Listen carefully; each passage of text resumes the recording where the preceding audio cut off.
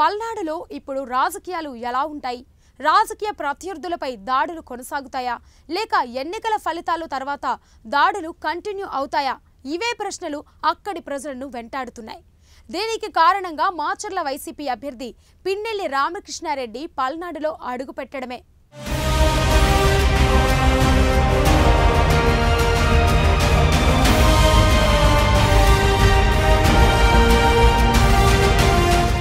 మే 13న ఎన్నికల పోలింగ్ వేళ ఈవీఎంల ధ్వంసం, హత్యాయత్నం, అల్లర్లు, దాడులు, బెదిరింపుల అభియోగాలతో నమోదైన కేసుల్లో నిందితుడిగా ఉన్నారు పిన్నెల్లి రామకృష్ణారెడ్డి. పాల్వాయి గేటు పోలింగ్ కేంద్రంలో ఈవీఎం, వీవీప్యాట్లను నేలకేసి కొట్టిన ఘటన ఈ నెల 21న వెలుగు చూసింది. దీంతో ఎన్నికల సంఘం సీరియస్గా రియాక్ట్ అయింది.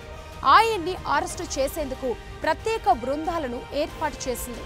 పోలీసులు ఆయనను పట్టుకునేందుకు ప్రకటనలు ఇవ్వడమే గాని అదుపులోకి తీసుకోలేదు. ఈ క్రమంలో ఆయన హైకోర్టును ఆశ్రయించిన విషయం తెలిసిందే. అయితే న్యాయస్థానం నుంచి రిలీఫ్ పొందిన గంటల వ్యవధిలో మాచర్ల వైసీపీ అభ్యర్థి పిన్నెల్లి రామకృష్ణారెడ్డి మంగళవారం రాత్రి నర్సరావుపేటకు చేరుకున్నారు. రాత్రి ఓ హోటలులో ఆయన బస చేశారు. రాత్రి 12 గంటల సమయంలో పల్నాడు జిల్లా ఎస్పీ మల్లికా ఘార్గ్ ఎదుట ఆయన హాజరయ్యారు.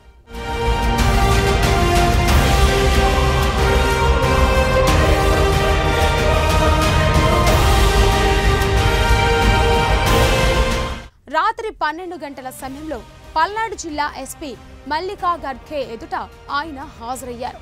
తాను ఎక్కడ ఉంటాననే వివరాలు వెల్లడించారు.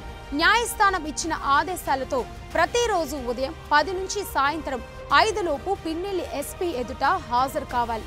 అంతేకాదు, నర్సరావుపేట దాటి వెళ్లకూడదని, స్థానికంగా ఎక్కడ ఉంటారో ఎస్పీకి సమాచారం ఇవ్వాలని ఉత్తర్వుల్లో న్యాయస్థానం ప్రస్తావించింది.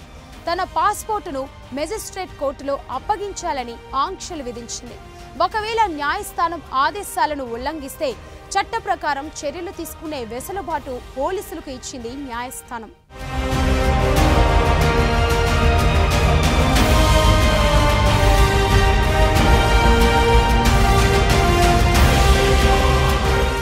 అంతేకాదు, పిన్నెల్లి రామకృష్ణారెడ్డి కదలికలపై పూర్తి స్థాయిలో నిఘా ఉంచాలని ఎన్నికల సంఘాన్ని హైకోర్టు ఆశ్రయించింది. ఎలాంటి శాంతి భద్రతల సమస్యలు సృష్టించవద్దని పేర్కొంది. ప్రస్తుతం ఉన్న కేసుల్లో బాధితుల్ని ఇబ్బంది పెట్టకుండా చూసే బాధ్యత కూడా ఆయనదేనని తెలియజేసింది.